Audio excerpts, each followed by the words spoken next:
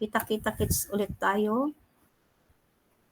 Hindi pa si Jan at saka si Alteo, consistent, nagpapakita. Ayan, okay. Ayan, si Alian. Okay, everybody, can I see you on cam? Before I start already with our anyway, it's a 24 slide naman ito. So, okay, good, Mark. I can see Mark, Jan, Althea, Alian. Okay, how about the others? Okay, good. Okay, Benedict, I can see you. Benji, Christine. Ang pangalan ni Christine, talagang, challenge, no? K-H-R-Y. The way you, you combine all the letters, di ba? Christine, talagang medyo, ang young generation talaga, you have your own way of express. Ruben, ayan, I can see Ruben. What about the others? Go. Open your camera so I can start already with the lecture. This is chapter 1 already, guys. So I expect that you really get to lend me your attention and your ears. Okay? Hindi pwedeng leaders nyo lang ang attentive na makikinig dito because they will not duplicate the lecture. Okay?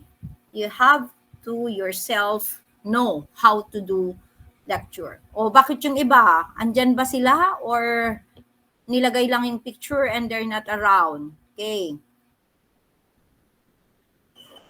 Others, please. I want to see you. Okay, Erica. Ian, okay. Yung iba. Sige, along the way, I'll be asking questions. So, I will see, I'll check, I'll be able to know kung nandyan talaga kayo at nakinig talaga kayo. So, you have to listen because along the way, as I do the lecture, I will be asking questions to verify if you really have been listening. Okay, so, shall we start now?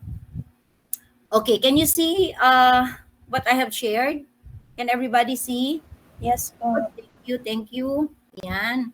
Thank you for those response. Okay, so let me discuss with you now our lecture number 3, and this is how to write chapter 1. Okay, chapter 1, the problem and its background. The problem and its backgrounds. As I have been telling you, this is very much research in nature. Okay, so what is in chapter 1? Okay. This starts on a new page, definitely. And this page 1, this is page 1. Take note. But the page number is not indicated here. Okay? So yung very first part of your chapter 1 is the introduction. Okay? So tingnan nyo, naka-all caps si introduction. Diba? Ito yung first part ng ating chapter 1. This is placed in page 1, but you do not write the page 1 na number. Okay? You don't write the literal na page 1. Okay? This is a chapter page and all chapter pages are not numbered. Sa bawat chapter, okay, hindi natin inilalagay yung number ng page na yon. Am I clear with this? Am I clear with this? Okay. So, okay. Now, the word chapter, take note, is capitalized. All caps. So, kung paano nyo nakita yung lecture ko, nakita nyo na yung word na chapter, all caps. That's how you're going to present it. Naka-all caps din siya. Okay? It is capitalized. It is placed 1 inch from the top edge of the page.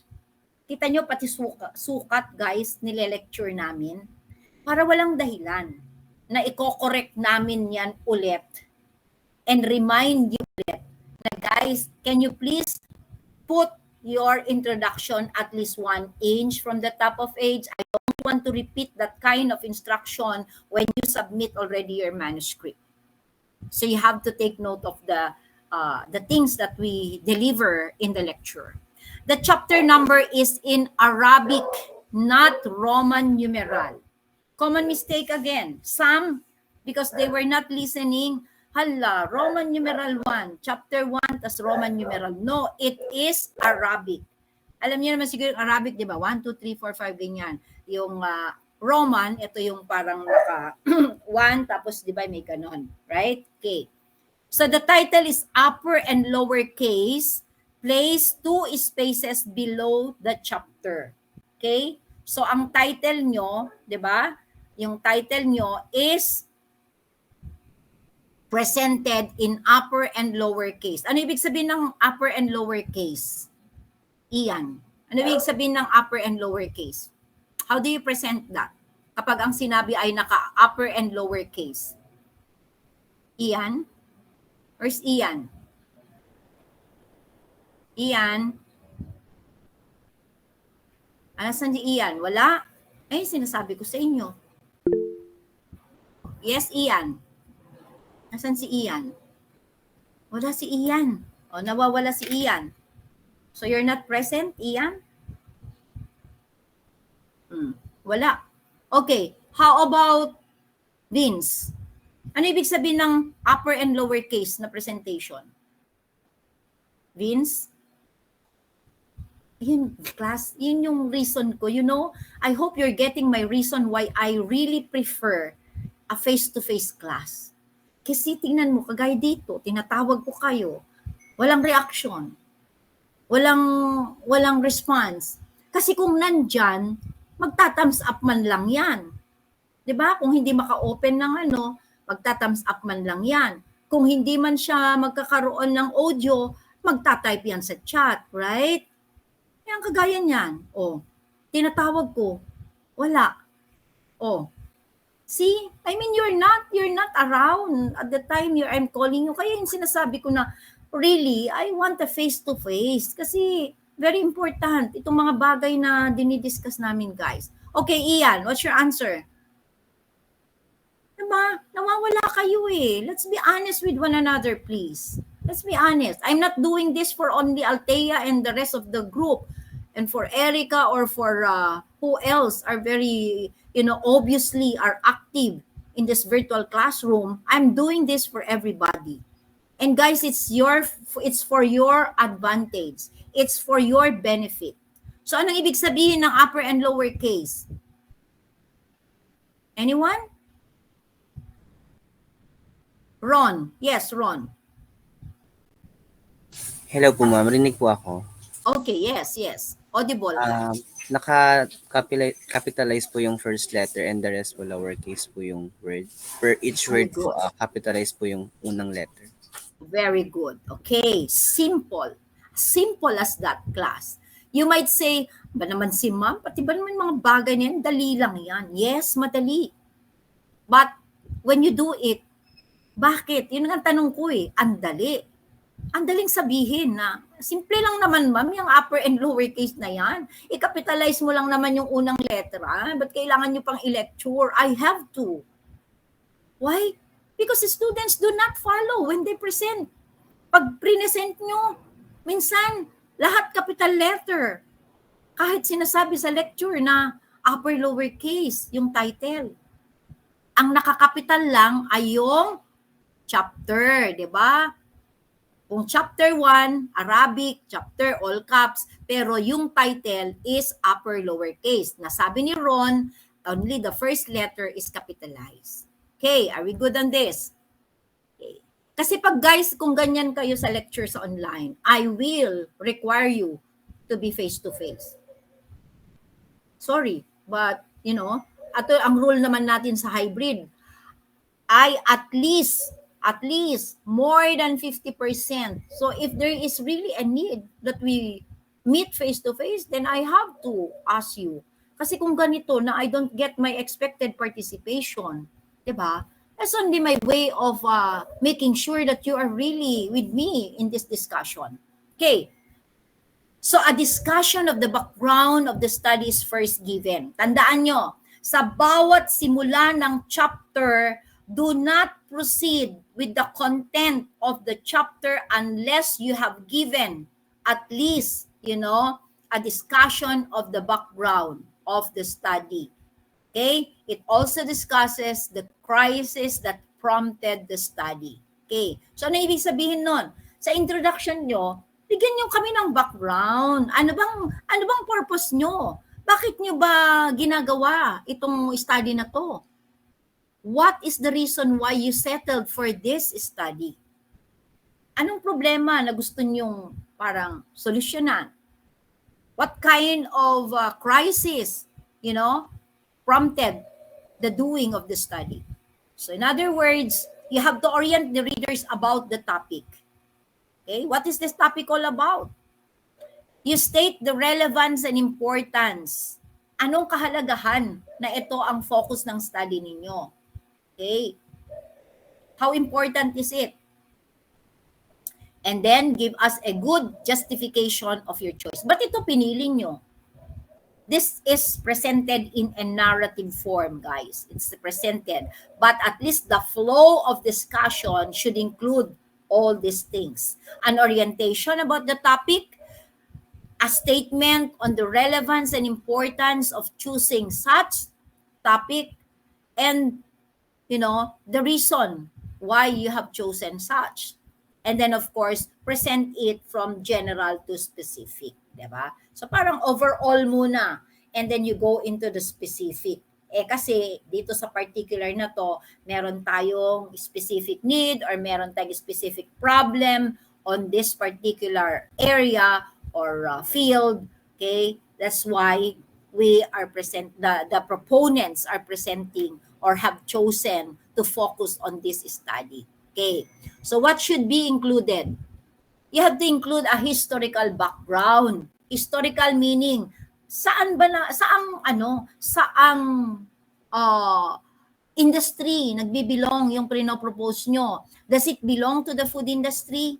Does it belong to the manufacturing or non-food industry? Does it belong to the technology industry? So on and so forth. So specifically, mag-search kayo. Kung pagkain yan, then maybe give us a background about the food industry kung saan nabibilang yung proposal nyo. If it's something that is a consumer good, di ba? And then give a background. Ano ang history? Paano nangyari na nagkaroon ng ganitong klase ng food na to? Saang industry to siya nabibilang? Ano na ang current situation niya sa Pilipinas? Ano ba ito? Itong industry na to ay medyo boom. Like for example, ngayon, real estate. I-describe nyo, what is the real estate industry now in the Philippines? Is it something that is booming? Or is it something that is already, medyo declining? Something like that? Okay. Or do you see an increasing activity in this field of industry? I-describe nyo. So you search. That's why very important that you do your review. Ulitin ko, everything in the feasibility starts with the collection of related literature and read the literature. Do not simply collect and proceed and see the result. You have to read what you have collected for better understanding kung bakit ganun ang naging result. And then from there, you can pick up ideas, okay, to write your own. Di ba ganun sa research? Di ba? Kaya nga, research. You read past studies, past literature. Okay? You read from books, what is being written in journals, newspapers, past studies about your intended topic. Get a full idea about this so that when you write already, you have something to start with. What's the situation in the real estate industry? Yeah. Diba? Things like this. The rationale of the study. What's the very purpose? What do you intend, okay, to accomplish by doing this study? This study, okay. Why are you doing this? Yung rationale, diba? Give us a good rationale of your reason for doing this study. And that you should be able to link the introduction and of course the statement of the problem. Kasi di ba meron kayong problem na isosolve. There is something that you would like to answer at the end of your study. Okay? So, kailangan yung mga isinusulat nyong background will have a connection with the problem you want later on to be solved. Bawa, gusto nyo na ma-determine, di ba, kung kailangan ba talaga ng ganitong klase ng uh, product or service.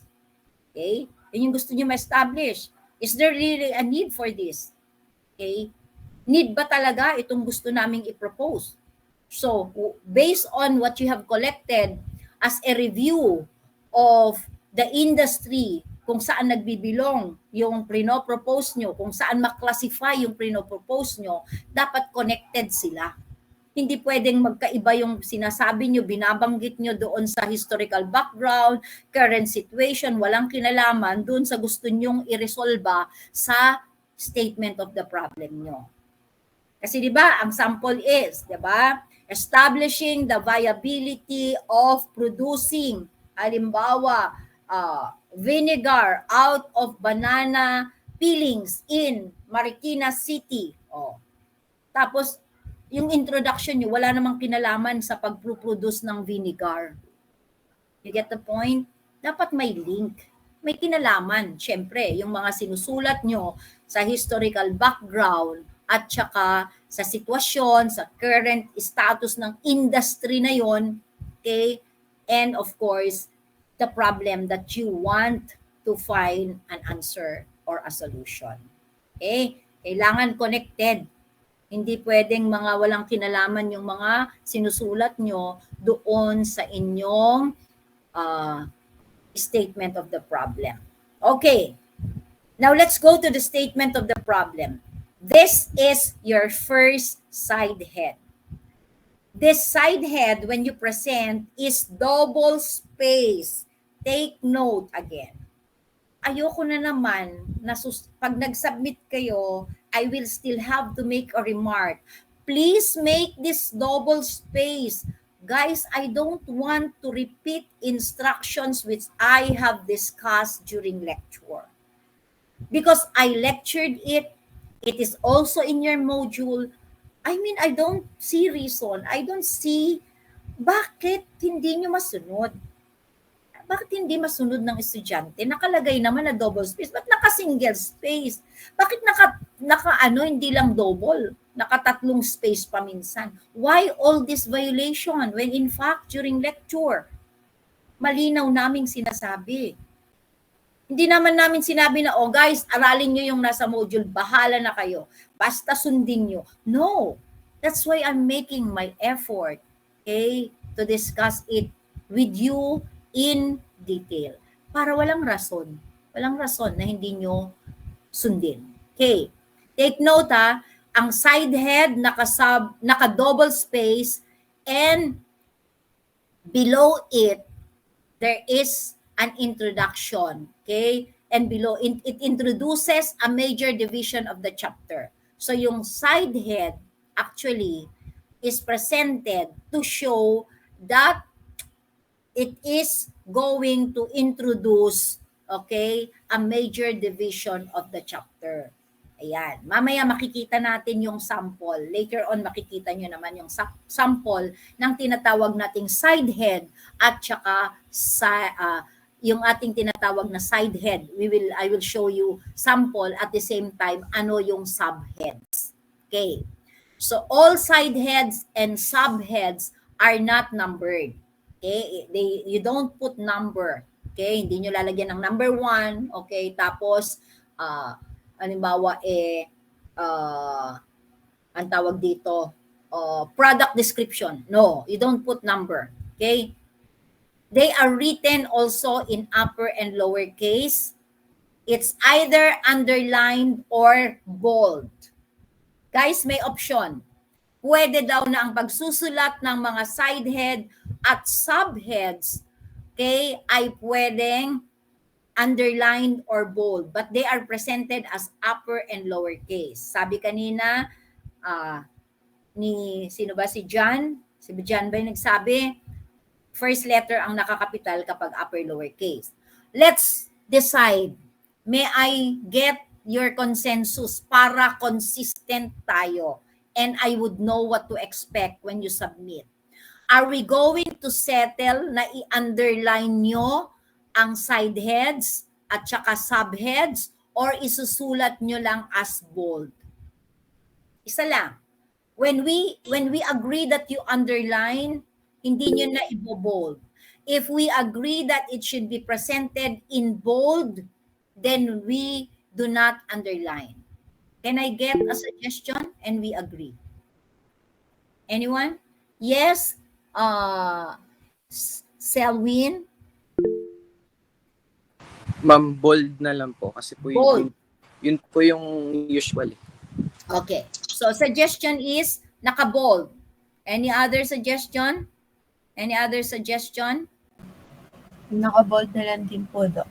Okay, bold. Okay, so everybody will agree. Okay tayo? Lahat? No objection? In other words, I will not be receiving submission na naka-underline.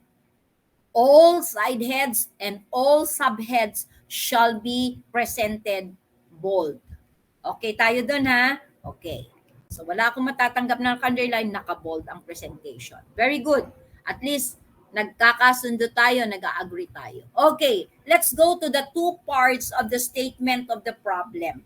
Okay, there are two parts of the statement of the problem.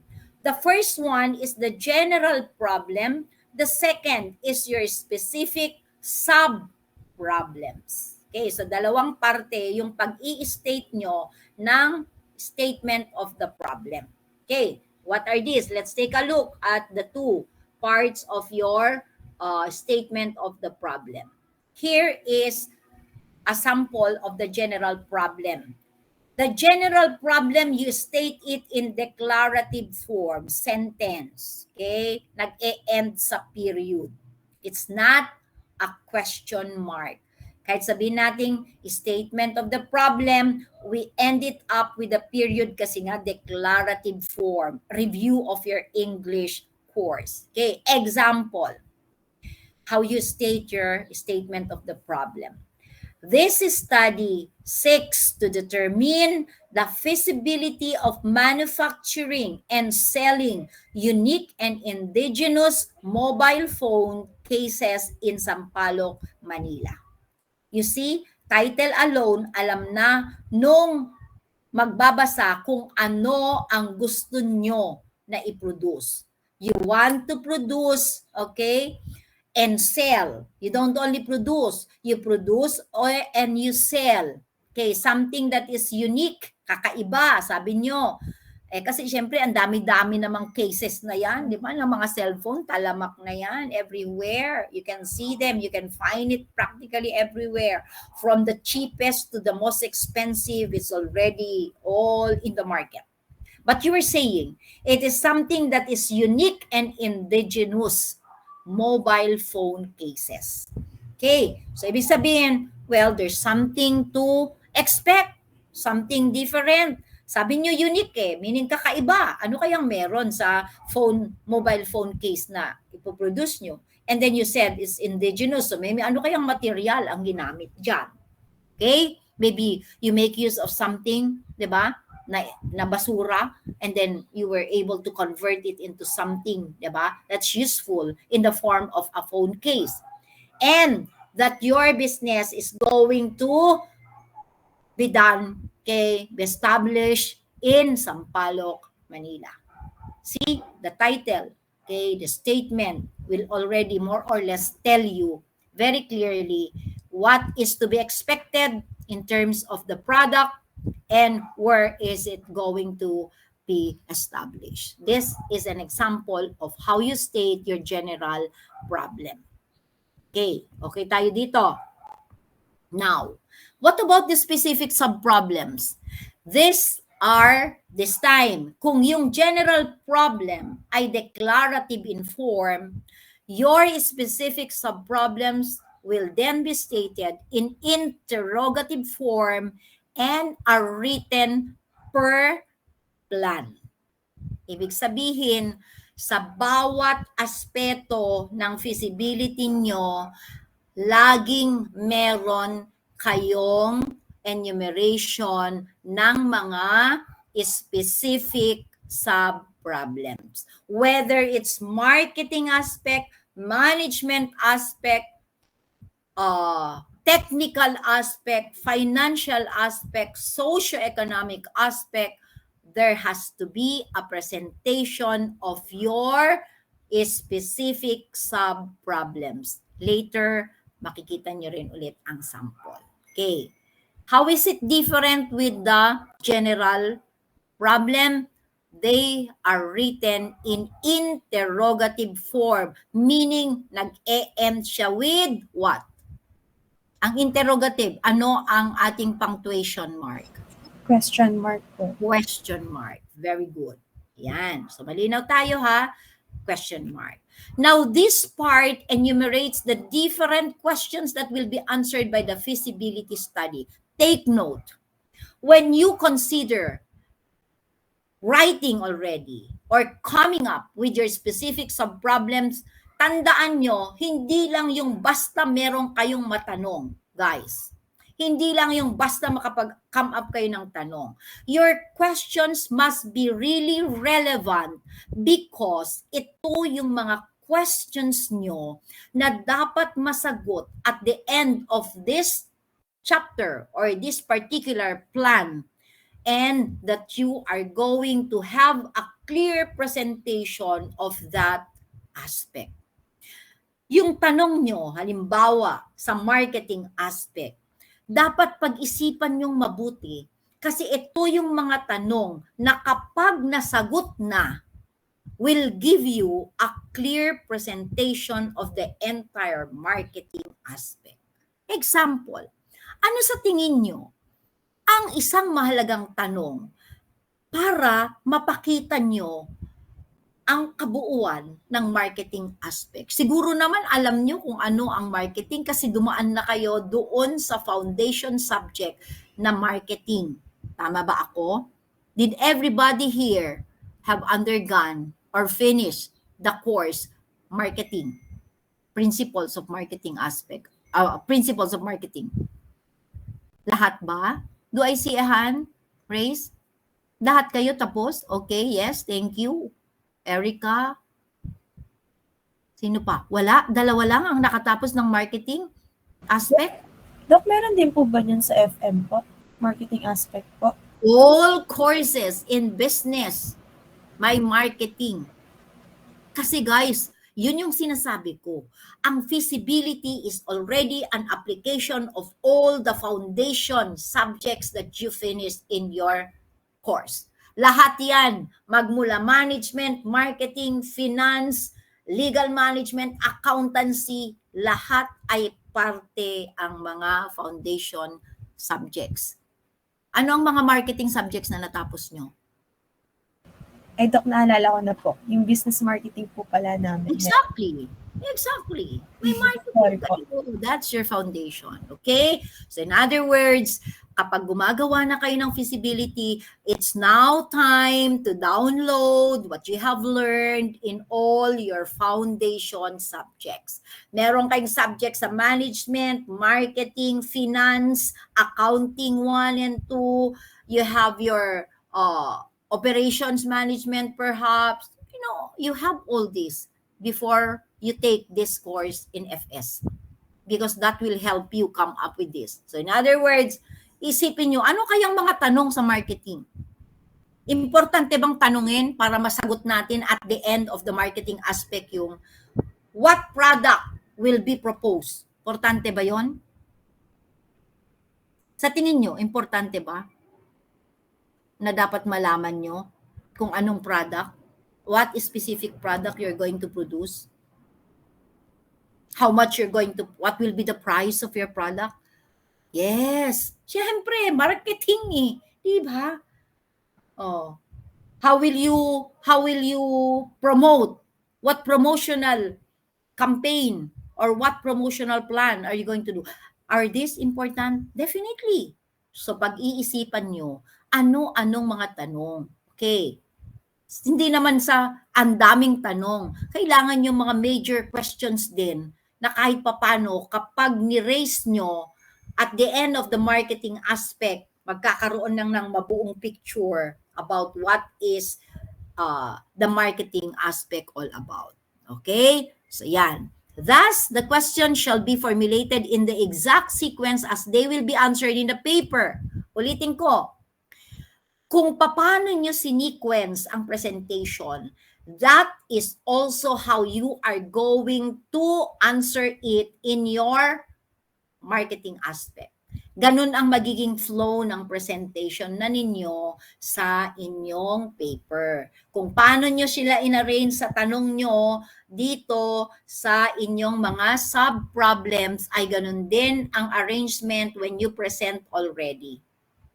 So, halimbawa, what pricing strategies, okay, will be adopted? Di syempre, i-arrange nyo kung paano, pang ilan yung tanong na yan. Doon nyo ipresent ngayon, ano-anong mga pricing strategies ang ginamit nyo para ma-determine yung pricing. Okay, what pricing strategies, etc. Ano yung tanong nyo? Okay, so susundan nyo. Sequencing, again, is very important so that you don't have to jump from one question to another na hindi nakaayon kung paano nyo present dito sa statement of the problem. I hope things are clear. Okay? Nag-uubos tayo ng oras para pag-usapan ito. I expect that the way we discuss things, that should be how it is presented when you write your manuscripts. Malinaw tayo, guys, ha? Okay. Okay, next. Objectives of the study. Ayan, madali lang naman ito. Yung una, di ba? Ano yung nauna bago yung objectives? Statement of the problem po. At saka, ano yung kasunod ng statement of the problem? Ano yung kasunod? Yung mga specific sub-problems. Tama? Okay. So, madali lang ito. Madali lang itong second side head ninyo, which is the objectives of the study. How do you write objectives of the study? Sinasagot lang po, Doc, yung sa statement of the problem. Okay. So, in other words, you simply, kung ano yung nilagay nyo doon sa sub-problem. Example, di ba? Example ng isang sub-problem under the marketing aspect. Okay, example. What promotional campaigns, di ba, will be used in the study, halimbawa. So, paano mo gagawin ito na objective in your second side head? Paano mo i-convert yan into objective? Di ba yung sub-problem nyo naka-question mark, interrogative ang presentation, tama? It's in a question form. How are you going to present that specific sub-problem into an objective? Paano mo i-convert yun? The promotional campaign will be used in the study. Chuchu po. Di ba objective is something na you want to attain? So, ano ang simula? Di ba? This study aims to answer. To determine or ganyan, to develop marketing is, ano ba yun sinabi natin sa problem? To determine or to determine the promotional campaigns to be used, ganyan. Gagawin mo lang siyang statement kasi para maging objective type of statement. Di ba ang objective nyo is, di ba parang pag nagse-seminar kayo, ano yung sample ng isang objective? To learn, di ba? How to do first aid, yung mga CPR, di ba? Nagsisimula sa 2, di ba? To determine the reasons of ganyan. To achieve, to develop, diba? To produce. Iko-convert nyo into this statement type na objective yung presentation. Okay? So, kung ang tanong nyo sa sub-problem is, what promotional campaigns, diba, will be developed? Di ilagay nyo dan, to be able to develop promotional campaigns for the product mo. I-convert nyo lang siya into an objective statement. 2, yun yung gusto nyo ngayon na ma-achieve. Di ba ang objective must be smart? Remember? Smart. Ano yung ibig sabihin ng smart? What do you mean by smart? S stands for? Guys, ano ibig sabihin ng smart? Pagdating sa objectives. Smart means it must be specific. Ano yung M? Measurable po. Measurable, correct. Ano yung A? Attainable po. Attainable, correct. What is R? Realistic po. Realistic. And what is T? Timely po. Time-bound. Okay. May oras. So, ibig sabihin, yung objective nyo dapat smart, specific. So, is it specific when you say to be able to develop promotional campaigns for the product? Is it specific? Yes. Kasi sinabi mo na dapat makadevelop ka. Specific kasi sinabi mo na promotional campaign. Okay? Is it measurable? Yes. Diba? Mame-measure mo kasi, pwede mong ma-determine, diba? To what extent, diba? Are you going to use this promotional campaign? Diba? Attainable, kaya ba? Ay, madali lang naman gumawa ng mga promotional campaign, di ba? Pwedeng gawin. Kayang gawin, di ba? Is it realistic? Yes, kasi kailangan yan para sa marketing. Pag pro-promote ng product nyo, very realistic that you prepare promotional campaign. Kasi paano nyo ipapaalam sa mga customers nyo kung hindi nyo ma-promote at hindi kayo makapag-come up ng tamang promotional campaigns? Right? Time-bound. Hindi pwedeng 1 to forever. Kailangan at a specific period makagawa kayo ng inyong promotional campaign kasi pag nagsimula na yung negosyo nyo, alangan naman na wala pa kayong nagawang promotional campaign, mag-o-open na yung negosyo nyo. That is what exactly we mean when your objectives are smart. Iko-convert nyo lang yung ginawa nyo sa una na specific sub-problems into an objective statement. So kung ginawa nyo na what will be the promotional campaign, diba? What promotional campaign will be developed for the product? Hindi gawin nyo to be able to develop promotional campaign for the product. Statement. Okay?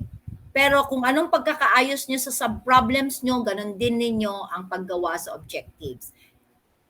Am I clear with this? Naiintindihan ba? Thank you, Althea. Okay. Oh, what about the rest?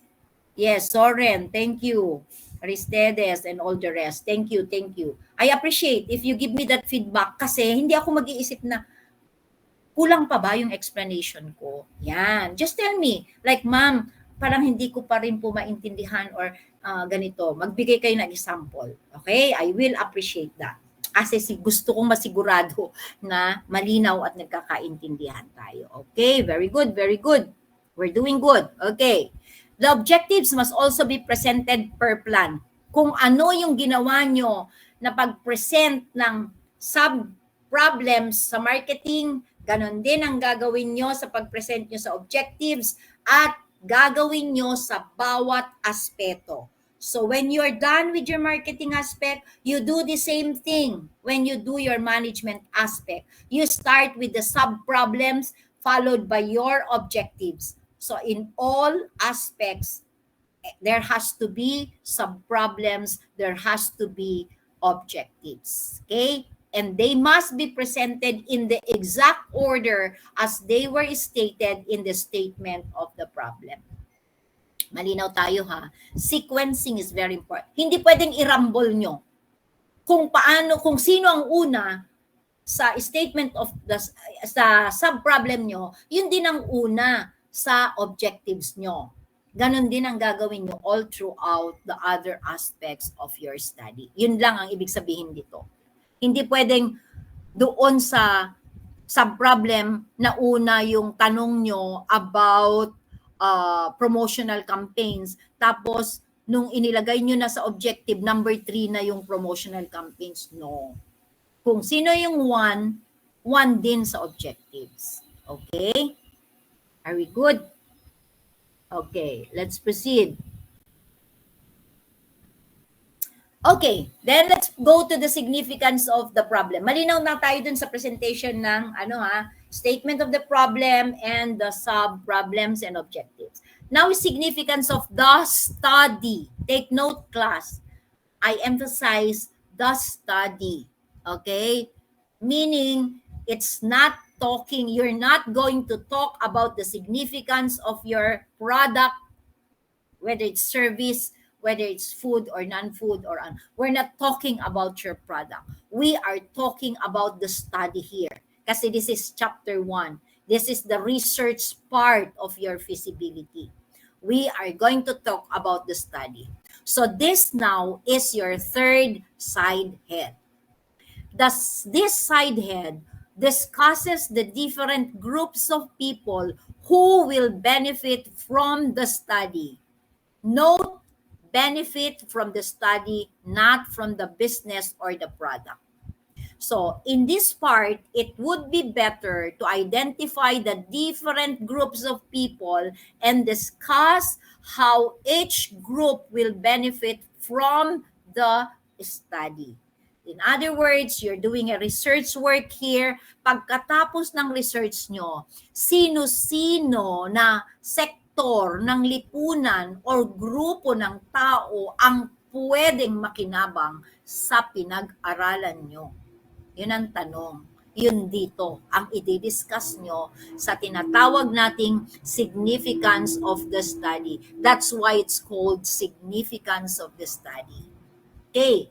So, malinaw. So, sino kaya sa tingin nyo? Tanong ko, sino sa tingin nyo ang pwedeng makinabang na sektor ng lipunan or grupo ng tao ang pwedeng makinabang dito sa gagawin yung study? Can I get some answers? Can I get some answers? Sino ang pwedeng makinabang later on? Sa tingin nyo? Anyone? Anyone? Yes? Ruben? Future researchers po, ma'am. Okay, future researchers. Tama.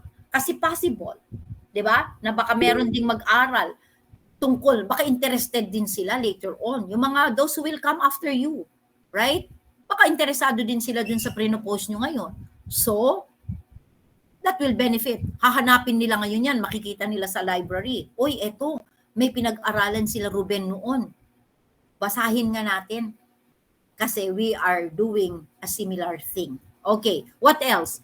I think Mr. Chong is raising his hand. Tama ba? Yes po, ma'am. Yes. What else? Who else? Businesses po. Businesses, business owners, correct. Yes po. Negosyante, 'di ba? Posible na yung ginawa niyo, Mr. Chong, 'di ba? Maging interesting sa mga business yung mga gustong magnegosyo, 'di ba? Yung mga gustong magnegosyo, baka interesado sila. So yes, they are beneficiaries of your study. Who else? Sino pa? Yes. Ma'am, yung bala ko po kasing i-propose is sa school po natin. So, students and professors po. And Okay. employees po sa Yes. Very good. Your fellow students, di ba? Customers, di ba? Interesado sila kasi, may bagong produkto, di ba? May bagong product na lalabas, di ba? So they benefit from your study kasi sasabihin nila, tingnan nga natin, bakit ba nagkaroon ng ganitong study? Okay, di ba? Ganito pala yon. See? So, in this part of your study, the significance of the study should focus on who, and then your discussion will focus on how. Okay, now tell me, Ruben, in what way will, ano ba yung pinili mo kanina? Businesses ba? Or Future researchers. Researchers. In what way will researchers benefit from your study? Tell me. Sa paanong paraan makikinabang ang researchers dun sa study nyo? Mas mapapadali na po, ma'am, kung similar po yung research na gagawin nila. Na similar po sa research na nagawa namin kung sakali po. Okay. So in other words, yes. Kasi po yung for example po, naka-gather na po kami ng data na na-interpret na po. Parang ganun. Okay. So ang discussion nyo, in other words, dun sa parteng how, di ba na-identify nyo na? Researchers, businessmen, customers, government, the community, society, etc.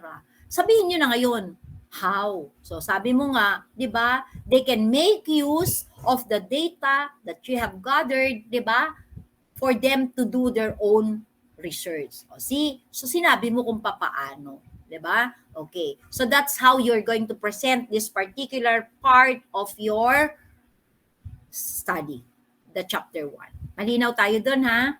Hindi nyo lang basta i-enumerate, sabihin nyo kung sa paanong paraan sila makikinabang sa study nyo. Businesses, edi sabihin nyo, they will be able to get ideas on how to do their business. Diba? They will be able to get advice or inputs, diba, on the possible ups and downs of this particular business, so on and so forth. In what way, diba?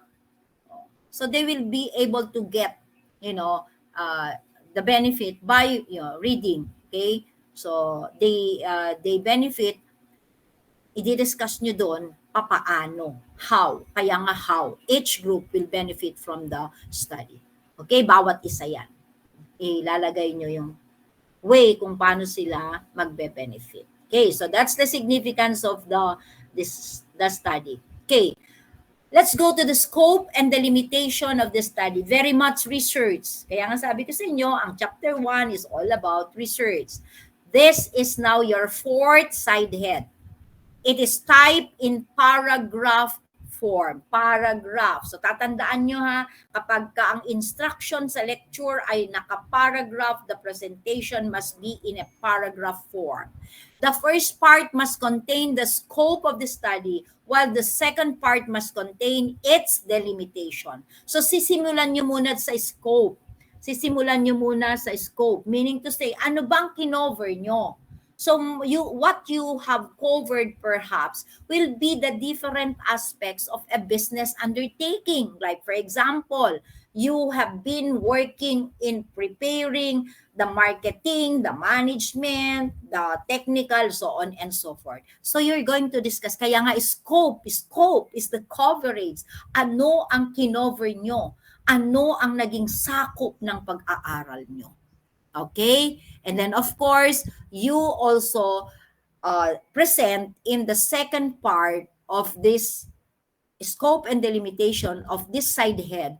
Ano naman yung mga delimitations, di ba? Ano ba ibig sabihin kaya ng delimitations? Anyone? Sabi nyo, nakapag-research na kayo, nakagawa na kayo kahit paano. Okay, ano ibig sabihin kaya ng delimitations? Yes? Selwyn? Ma'am, boundaries po ba? Boundaries like for example, what? Kung wari po, sinabi sa study na ang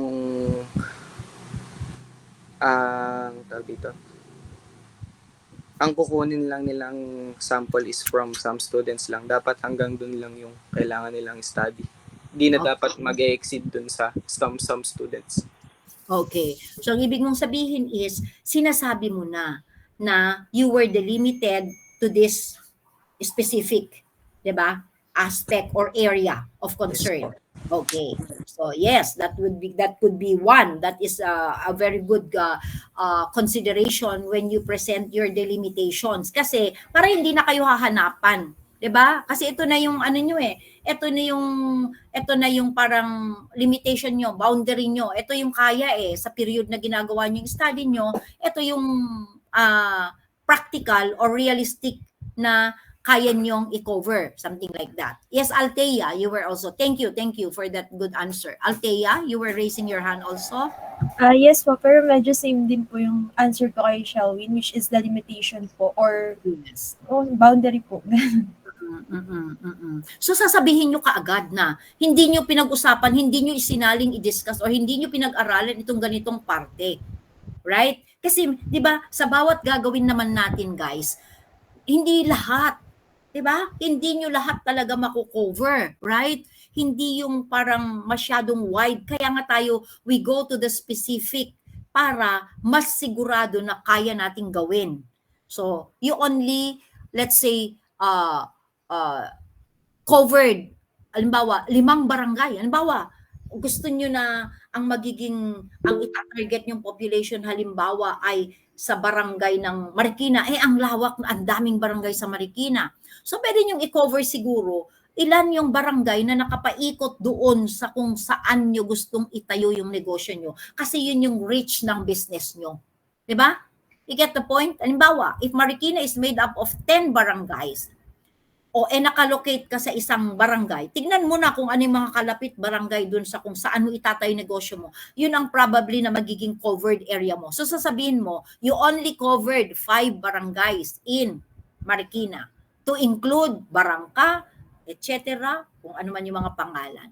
So very clear sa study ninyo yung mga delimitations. Okay? Kasi subject to, syempre, oras, di ba? Plus yung finances, 'di ba? Yung budget, baka hindi nyo ka-carry o time is very important, 'di ba? Kaya kayo nagkakaroon ng delimitations, yung time and of course yung ang tawag dito yung ano yung sinabi ko kaninang una, time and Finances po.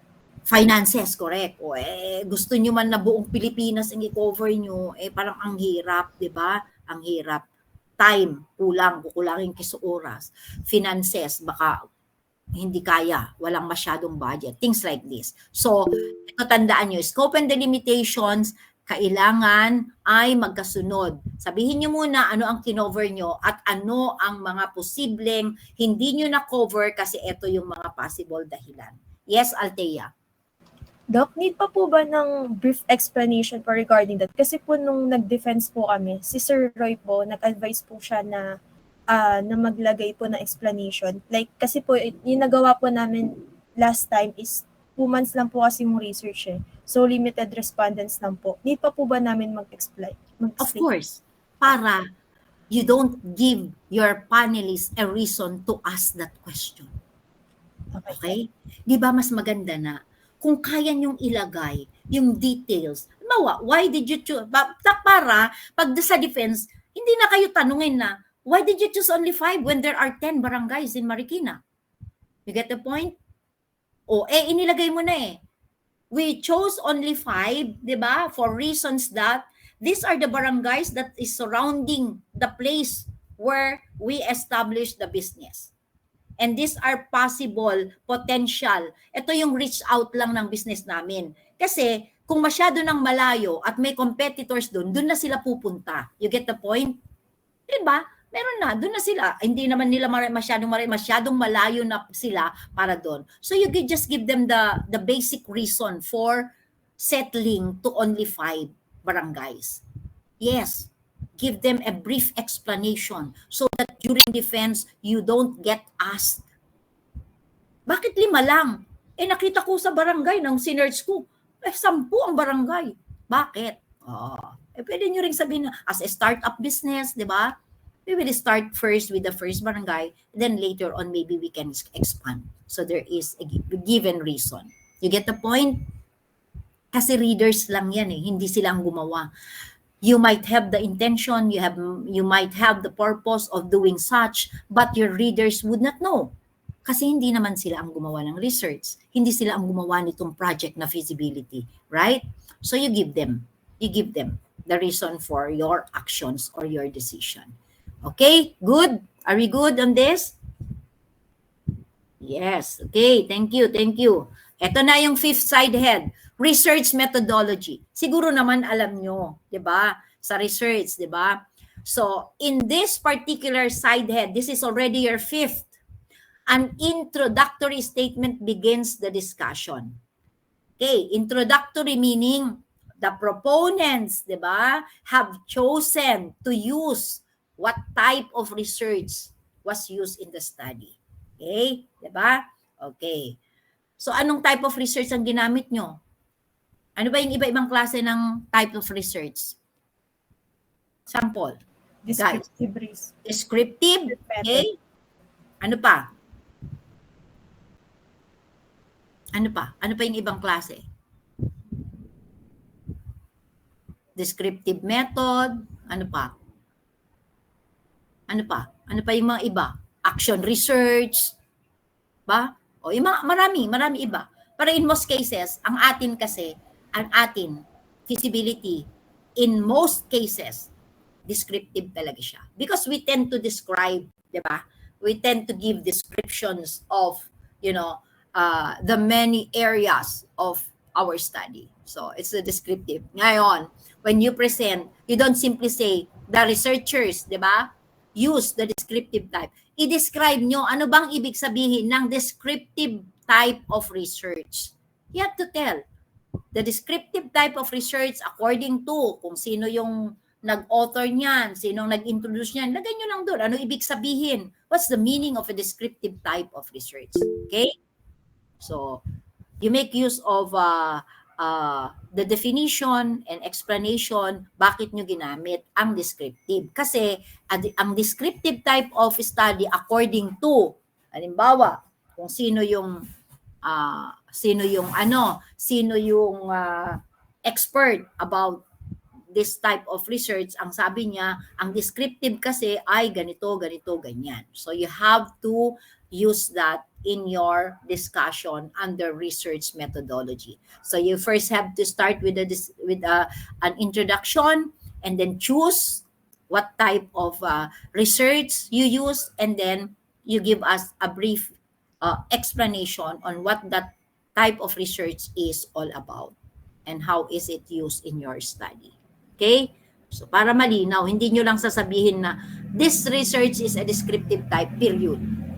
Dapat medyo meron kayong brief discussion. Okay. Instrument and technique use. This is already your 6th side head. It may consist of subheads like the questionnaire, interview, etc. The instrument that will be used is the structured questionnaire. The sample questionnaire must be appended. Okay. Under this instrument, dapat i-discuss nyo anong ginamit nyo para makagather kayo ng data. Kasi in a research-based undertaking or project, mahalaga, di ba, na gumagamit tayo ng mga tools or techniques via instruments like questionnaire or an interview. So sasabihin nyo, di ba, a proponent made, okay, instrument was developed, okay, or an instrument, a structured type of instrument was developed by the proponents. Ibig sabihin, kayo mismo ang gumawa. Okay? Kaya sinabi mo na proponent made, kayo mismo ang gumawa. And you tell us if this is a structured questionnaire, meaning structured, meron kayong choices, 'di ba? May tanong, tapos merong choices na pagpipilian nung sasagot. Okay? Later on naman, pag nandun tayo sa marketing, I will explain how to prepare your questionnaire and what to put in your questionnaire. Mahalaga kasi yung tatanungin natin. So most probably, when you start preparing your questionnaire, balikan nyo yung mga sub-problems nyo. Posible, di ba? Siyempre, doon kayo magbe-benchmark. Ano ba yung mga pinagtatanong natin sa sub-problem? Tanungin natin sa questionnaire para masagot ng ating mga potential na respondents. Tama? Kasi di ba, saan ba kayo kukuha ng mga sagot? Di ba? Para matulungan kayong gawin yung inyong research, hindi ba sa mga respondents? So, dapat matanong nyo yung tamang tanong. They should be part of your questionnaire. So, kung halimbawa, gusto nyo malaman kung anong promotional campaign, edi tanungin nyo sa questionnaire, what promotional campaign do you prefer to see? Ganyan, billboards, tarpaulin, ano ba to? Ano yung pinamimigay nyo? Yung mga ano yung mga pinamimigay na parang loose leaf? Anong tawag natin doon? Flyers. Yes. You want to see it on TV, radio, etc. Magazines, etc. 'Di ba? So, ganun. Dapat check nyo yung mga pinaggagawa nyong mga sub-problems, okay, doon sa unahan ng inyong aspeto. Kung marketing, nandun na kayo sa marketing para mag-guide kayo. Ano ang mga tanong? Tignan nyo rin sa management. Ano ba yung tanong nyo dun sa management? Diba? What type of, halimbawa, ano ba yung normally na dapat tanungin sa tao? Karamihan yan nasa marketing aspect. It's all about the product. Okay. Pwede ring location. Halimbawa, gusto mong malaman na where do you normally buy yung ganitong klase ng product. Halimbawa, ang produkto nyo pagkain. Tanungin nyo na sa questionnaire, saan ba nila binibili? Where do you normally buy? Halimbawa, donuts, kung donuts halimbawa yung prefer nyo. Tapos lagay nyo yung choices. Diba? O, binibilin ba nila yon sa mga mismong stalls? They buy it online, etc. So you see, yun yung mga yun yung mga pag-iisipan nyo, kailangan matanong nyo yung mga prospect nyo na respondents, okay, para masagot yung mga gusto nyo masagutan, okay, na ni-raise nyo sa inyong simula na study. Okay? So, it could be structured and must be appended. The sample questionnaire must be appended, meaning, dapat may sample kayo later on ng questions nyo na maging part siya ng inyong appendix. Okay? So, yan. We will go to this part. Part ito kasi ng marketing. So, you will learn more about how to structure your questionnaire. I will teach you how to do correctly kasi minsan, ang success din ng pagsusurvey depende. Hindi dapat na masyadong maraming pages. Kasi pagka nag-survey na kayo, ay, ang daming pages naman ito. Ayoko, wala akong time. Di ba yun ang challenge? Yun ang challenge, di ba? Sa mga sasagot. Ay, ang dami naman tanong. Ayoko, wala akong time. See? So, naapektuhan yung yung purpose nyo na makuha yung mga sagot sa gusto nyo tanong. Okay. Okay, then you discuss also, how was the questionnaire made? The technique that will be used is the survey. Okay, students may also opt to include interview. Importante rin yan. Baka kailangan nyo mag-interview, di ba? Then, you must also include ano ang mga tinanong nyo sa interview, ano ang mga sinagot. It must be made part of the appendix later on. Okay? So, pwede kasing inevitable, di ba? Pwedeng meron din kayong interview portion, right? Especially kung halimbawa yung mga estudyante, 'di ba? Maliban sa pinasasagutan niyo yung questionnaire, halimbawa ang target na target na respondents na ay students. So, pwedeng merong interview portion.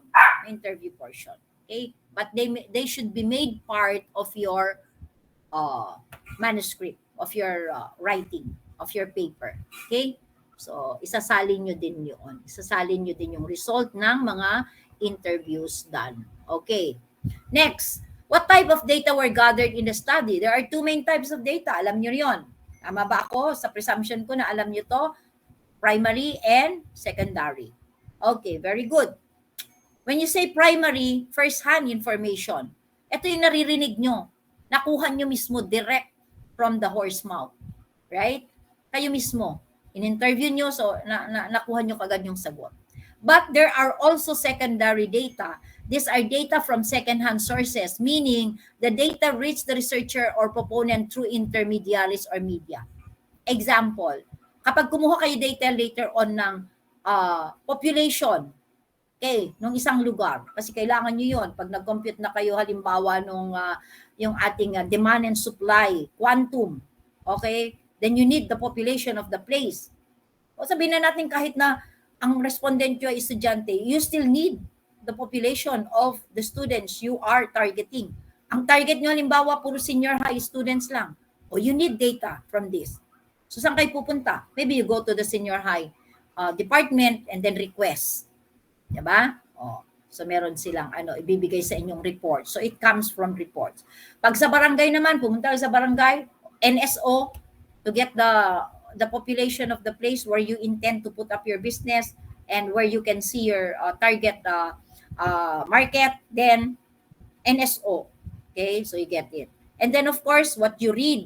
Diba? Yung mga ginamit nyo na galing sa mga libro, galing sa mga write-ups, newspapers, okay, studies done, these are all part of your secondary data. So merong dinaanan na media maliban sa primary, which is direkta, tinanong mo, nakuha mo, nakausap mo. Yun yung mga primary. That's the difference between the two. But they are both important, okay, in gathering necessary information and data for your study. So you have to indicate. You have to indicate. And you have to discuss how you got all these things. Okay? Next. Sampling procedure. This is already your seventh side head. When necessary, a table may be prepared to show the details of the sampling procedure. Like for example, ilan yung mga respondents na nag-participate sa study ninyo? Okay. And paano nyo nakuha? Paano nyo nakuha yung inyong sample size? For example, o paano nyo sila sinelect? Ba? How did you arrive at that number? Dapat may discussion. Diba? So ilan ang nag-participate? Out of the 3,000, halimbawa 3,000 ang population ng senior high, halimbawa, ilan ang nag-participate sa study ninyo? Okay? And then, how did you determine the number? Ginamitan nyo ba ng formula para makuha ang sample size? Kasi syempre, napaka-tedious naman kung iso-survey nyo lahat ng 3,000, alam mong 3,000. Because in a research, a representative number is acceptable. That's why we compute for the sample size. Depende, di ba? Okay. So, kailangan ma-discuss ninyo paano kayo nag-settle, let's say, sa 150 respondents out of the 3,000. How did you do it?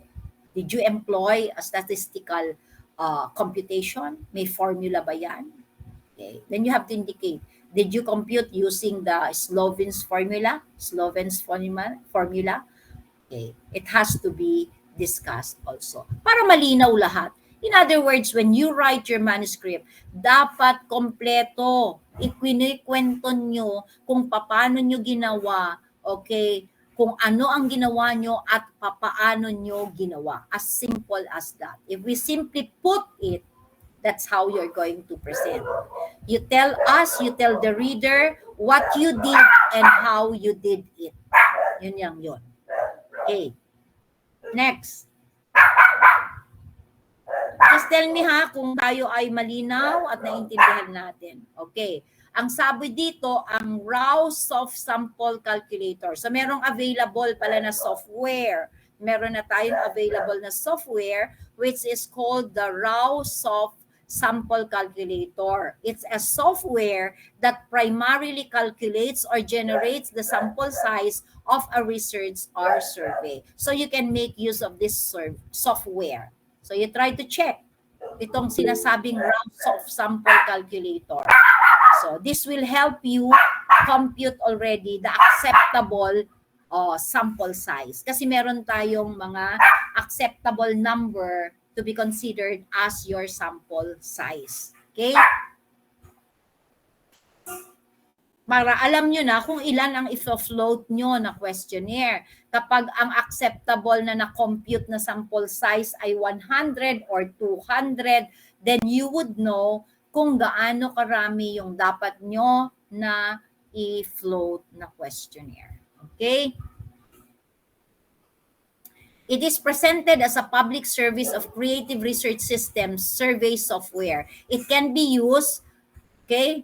It can be used to determine, dapat wala ito. Parang in-edit ko na ito, ba't nandito pa?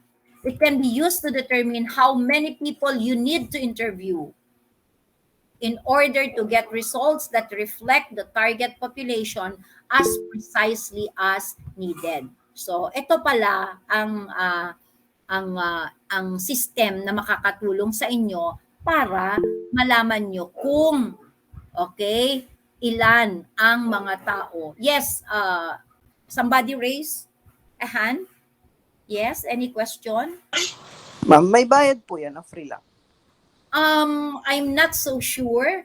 I'm not so sure. I hope it's free. I Free. hope this is for free. I think, oh yeah, somebody said Di- it's free. Nasa site. Oh, very good. Marami naman ang generous, di ba? Okay, thank you. Marami din naman ang, yung iba, at least for a certain period of time, binifree nila. Di ba? Binifree nila. Parang yung paggamit dati ng ano, yung online na, di ba, yung mga meeting, di ba? Dati one to sawa nung pandemic, yung paggamit mo ng, di ba, pag nag-online tayong Zoom, right? Yung Zoom, di ba? Dati, kapag nasa academic ka, pag educational institution ang nagre-request, one to sawa yung oras. Pero ngayon, parang ginawa lang nila maximum of 40. Tapos, nare-renew naman, pero nakakat ka after 40 or 45 minutes. Di ba? So, ito, kagaya nitong ano, yung raw soft sample calculator, itong system na to, kung free naman, take advantage of this one. This is a very good help. A good help for you. Kasi, minsan yung ibang yung mga online, mga software, di ba? Mahal din. You have to pay certain amount or you even have to sometimes subscribe, something like that. Okay? So it's good. It's good if this is free. Oh. Okay, very good. This is to your advantage. Okay. O, ayan pala. Thank you for sharing, John. Ayan. O, ayan na. Get it. You share, John, so that everybody can already access. Madali lang. O, yan. Share ni John. Very good. Thank you. Thank you, John, for doing that for us. Okay. Good. Okay. The total population or the universe must be based on actual individual or household population. What do we mean by this? Depende sa proposal nyo. Now, if your proposed product or service, okay, product, okay, whether it's service or tangible good, is for individual consumption. Ano yung example, class? Magbigay nga kayo sa akin ng example ng isang product that is for individual consumption. Can somebody give me an example of a product for individual consumption? Meaning to say, ito yung talagang kanya-kanya. Kahit na you belong to a family, isa-isa yan. Yes, John? Consoles po. Sorry? Consoles. Gaming consoles. Gaming consoles. Okay, so tama. Kanya-kanyang individual preference kasi yan, right? Oo. So in other words, ang kukunin nyo ngayon na population is the individual population per head. Per head. Okay? Per head, meaning, kung ang tinatarget mo dyan, halimbawa, ay residents of, let's say, San Miguel, yung lugar natin, para dyan sa gaming, ganyan mo. Halimbawa, yan ang proposal mo, similar to that. So, individual, per tao yung tatanungin mo. Per tao ang isa-survey mo. So, kung per tao ang isa-survey mo, then you have to get the per head count or the head count population of the place. Okay? The population. You get the head count. So, kung intention mo, halimbawa, na gusto mong matanong yung mga, let's say, residents of San Miguel, those who are ages, let's say, sino ba, anong age ba yung nakakalaro niyan, John? 10 to 10 above. O 10 above. O mag-cut ka, syempre, siguro may certain age din yan, di ba? Yung talagang tipo mo na, o sabihin na natin 10 to, let's say, 35 or 30, halimbawa lang, di ba? O, di, ibig sabihin, kukunin mo ngayon, sino-sino ang nasa population na yon na may 10, na age 10 to ganito, per tao. Per tao. Yun ang ibig sabihin natin, kung individual, okay, population ang kunin mo. Now, what about household? When do we get the population na household population siya? Can you give me also, and can somebody give me an example of a product na pang household population ngayon ang tatanungin nyo? Example of a product na household. Anyone? Yung tipong buong pamilya, yun na ang desisyon nila pag bumili sila. Ano example ng mga produkto na ganun? Gamit sa bahay. Yes. O, Selwyn. Ano po?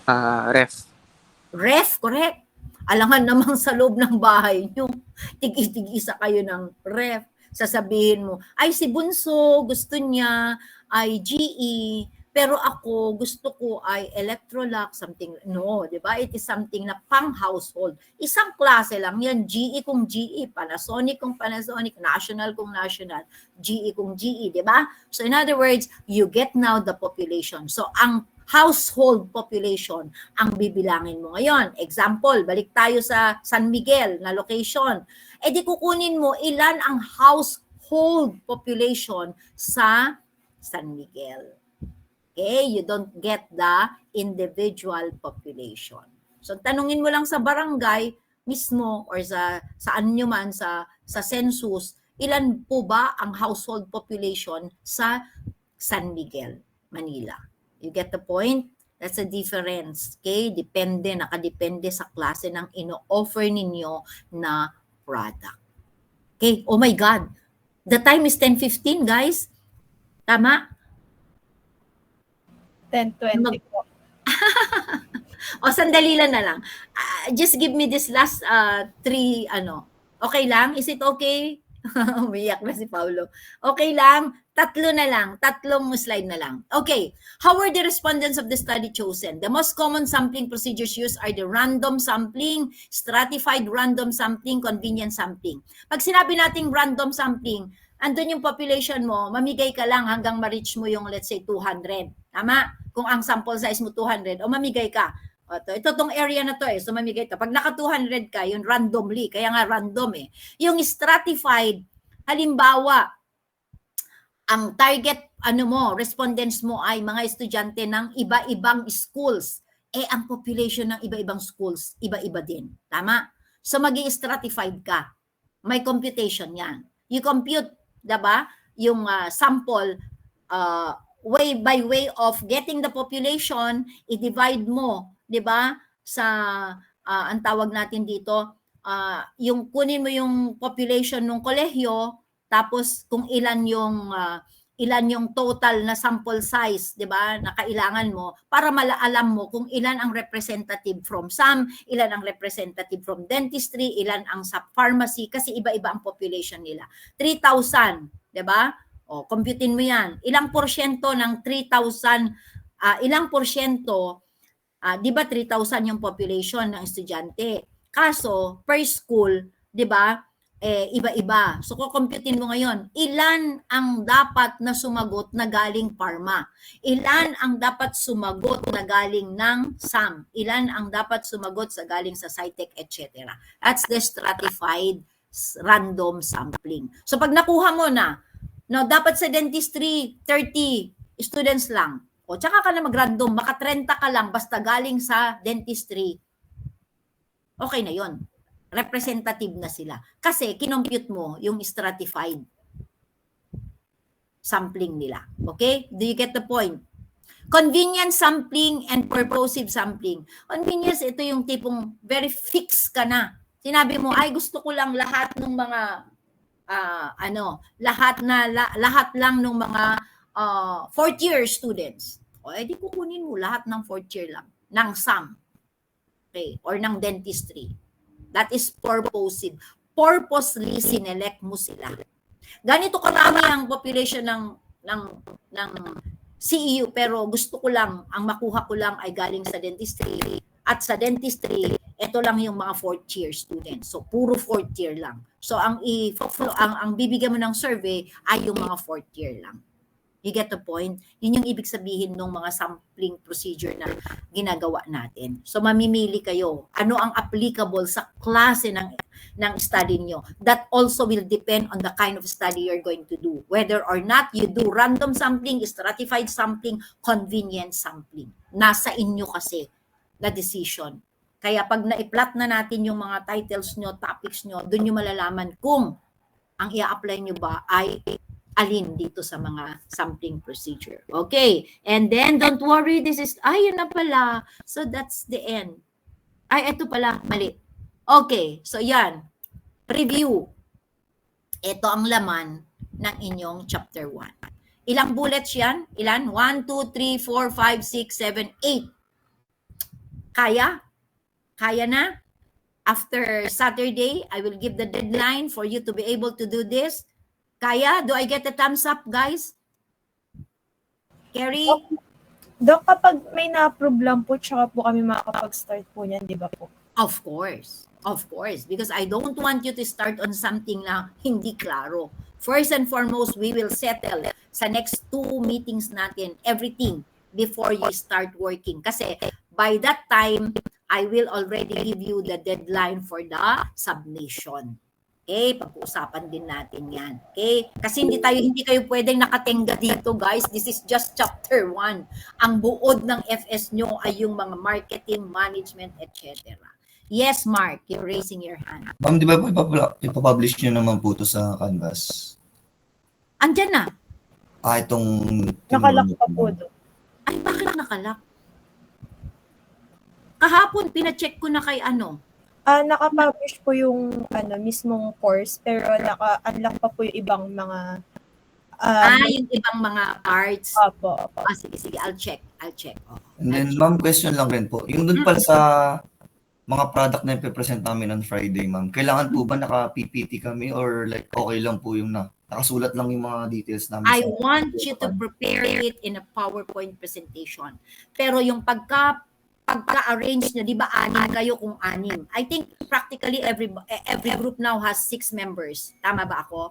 Parang nag-settle na tayo sa 6. So in other words, you will be presenting 6 at least na proposal.